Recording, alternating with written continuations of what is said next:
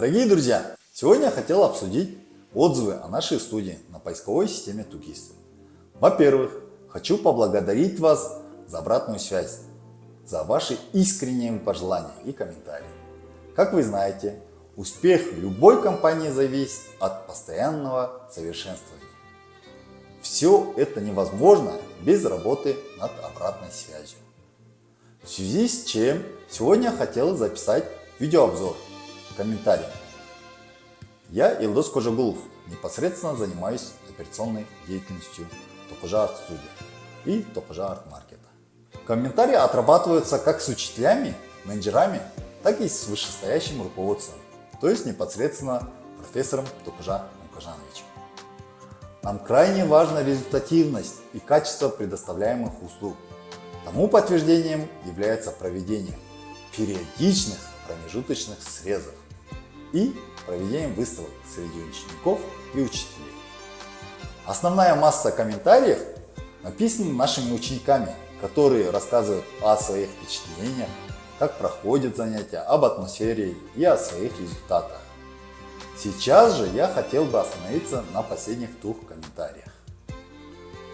Первое от пользователя Нара, где говорится о том, что якобы она год посещала наши курсы и за это время до сих пор рисовала драпировку, так и не подготовившись к экзаменационной задаче, то есть к капители, где преподавателем была Юлия Яковлевна.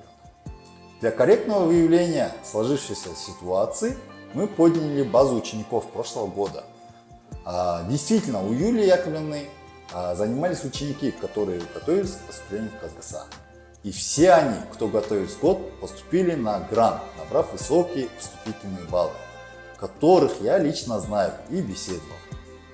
Они были благодарны учителю за полученные знания, которые пригодились не только в вступительных экзаменах, то есть для подготовки к вступительным экзаменам, но и в последующем в университете. Но справедливости ради нужно отметить тот факт, что мы коммерческая организация, и бывали моменты, когда ученики, записавшись на курсы, халатно относились к посещению. К примеру, записавшись в сентябре, ученики, отработав пару занятий, пропадали и в середине учебного года вновь возобновлялись. Как коммерческая организация мы этот момент не можем контролировать, то есть настаивать. Тут нужно адекватно оценивать ситуацию. Если ученик халатно относится к посещению и непосредственно самому учебному процессу, то как можно говорить о результате? Для понимания, в основном ученики уже на третьем задании получают задачу с драпировкой. Следующий комментарий от пользователя Батима, которая записалась на индивидуальный урок Мурату Жандаровичу, и тут имело место быть форс-мажорному обстоятельству. Когда пришла одна ученица Мурата Жандаровича, заранее не предупредив менеджера студии, ситуация внеплановая, упущение с нашей стороны, за что лично я приношу извинения. То есть во время индивидуального занятия так получилось, что присутствовал еще один ученик. Тут также говорится о возмущении к преподавателю и ведению им занятий.